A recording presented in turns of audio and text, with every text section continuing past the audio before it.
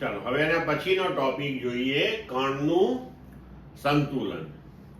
તો યંત્રશાસ્ત્રની અંદર કણનું સંતુલન એટલે એવી સ્થિતિ છે કે કણ પર લાગતું ચોખ્ખું બાહ્ય બળ, પરિણામી બાહ્ય બળ એ શૂન્ય હોય. હવે જો કણ પર લાગતું પરિણામી બાહ્ય બળ શૂન્ય હોય તો ન્યૂટનના ગતિના પહેલા નિયમ અનુસાર આપણે સમજી શકીએ છીએ કે કાં તો કણ સ્થિર સ્થિતિમાં હોય અથવા તો કણ નિયમિત ગતિ કરતો હોય, એટલે કે અચળ વેગવાળી ગતિ કરતો હોય. બરોબર છે. હવે કણનું સંતુલન આપણને જુદા જુદા કિસ્સાઓમાં કેવી રીતે મળી શકે? ધારો કે જો કોઈ કણ ઉપર બે બળ લાગતા હોય, બળ F1 અને બળ F2, બંને સદિશ સ્વરૂપે, બરોબર? તો કણનું સંતુલન એનો મતલબ એ થયો કે કણ પર લાગતું પરિણામી બાહ્ય બળ શૂન્ય થવું જોઈએ. તો એનો મતલબ એ થયો કે સિગ્મા F એટલે કે કણ પર લાગતા બળોનો સદિશ સરવાળો અહીંયા શૂન્ય થવો જોઈએ. બરોબર? તો જો બે બળ F1 અને F2 લાગતા હોય કણ ઉપર, તો એવા કિસ્સામાં F1 વત્તા F2 બરાબર શૂન્ય થવું જોઈએ. એટલે કે F1 બરાબર માઇનસ F2 હોવું જોઈએ. એટલે કે આ બંને બળો સમાન મૂલ્યના અને પરસ્પર વિરુદ્ધ દિશામાં હોવા જોઈએ. તો જ્યારે કણ પર બે બળ લાગતા હોય ત્યારે કણના સંતુલનની સ્થિતિ માટે આ શરત થઈ કે બંને બળો સમાન મૂલ્યના હોવા જોઈએ અને પરસ્પર વિરુદ્ધ દિશામાંના હોવા જોઈએ. તો આકૃતિમાં દર્શાવ્યા મુજબની પરિસ્થિતિ હોઈ શકે. બરોબર?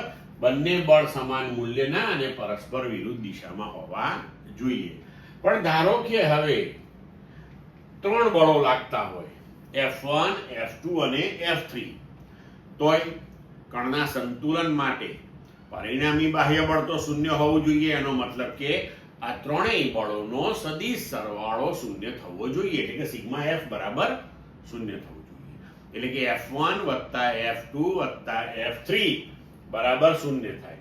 જો ઘટકોના સ્વરૂપમાં લખો તો ત્રણેય બળોના x ઘટકોનો સરવાળો શૂન્ય થાય, ત્રણેય બળના y ઘટકનો સરવાળો શૂન્ય થાય અને ત્રણેય બળોના z ઘટકનો સરવાળો શૂન્ય થાય. અને જો સદિશ સ્વરૂપે આપણે જોવા જઈએ તો આ ત્રણમાંથી કોઈ પણ બે બળોનો સદિશ સરવાળો એ મૂલ્યની દ્રષ્ટિએ ત્રીજા બળના મૂલ્ય જેટલો અને પરસ્પર વિરુદ્ધ દિશામાં થવો જોઈએ. જો આપણે અહીંયા આગળ એવું પણ લખી શકીએ કે F3 બરાબર માઇનસ F1 પ્લસ F2, એટલે કે આ બંનેનો સદિશ સરવાળો એ F3 ની વિરુદ્ધ દિશામાં હોવો જોઈએ અને મૂલ્યની દ્રષ્ટિએ F1 પ્લસ F2 એ F3 ના મૂલ્ય જેટલું જ થવું જોઈએ. જો આકૃતિમાં આપણે આ વસ્તુ સમજીએ તો અહીંયા ધારો કે આપણી પાસે કોઈ કણ છે અને આ કણ ઉપર ત્રણ બળો આકૃતિમાં દર્શાવ્યા મુજબ F1, F2 અને F3 લાગી રહ્યા છે. તો F1 અને F2 નું પરિણામી બળ F1 પ્લસ F2 અહીંયા આકૃતિમાં દર્શાવ્યા મુજબની દિશામાં થશે. તો એ F3 ની વિરુદ્ધમાં મળશે હંમેશા, અને મૂલ્યની દ્રષ્ટિએ પાછું F3 જેટલું જ હોય. તો જ આ કણ સંતુલનમાં રહી શકે, નહીતર કણનું સંતુલન આપણને પ્રાપ્ત થાય નહીં. તો હવે આ જ વસ્તુને આપણે વ્યાપક રીતે લખીએ તો કોઈ પણ કણ ઉપર જો n બળો લાગતા હોય, F1, F2, F3 up to Fn, તો કણના સંતુલન માટે આ n બળોનો સદિશ સરવાળો એ શૂન્ય થવો જોઈએ. ત્યારે જ આપણને તેની સંતુલન સ્થિતિ પ્રાપ્ત થાય. પણ યાદ રાખો કે સંતુલન સ્થિતિનો મતલબ એવો નથી કે કણ સ્થિર રહેવો જોઈએ.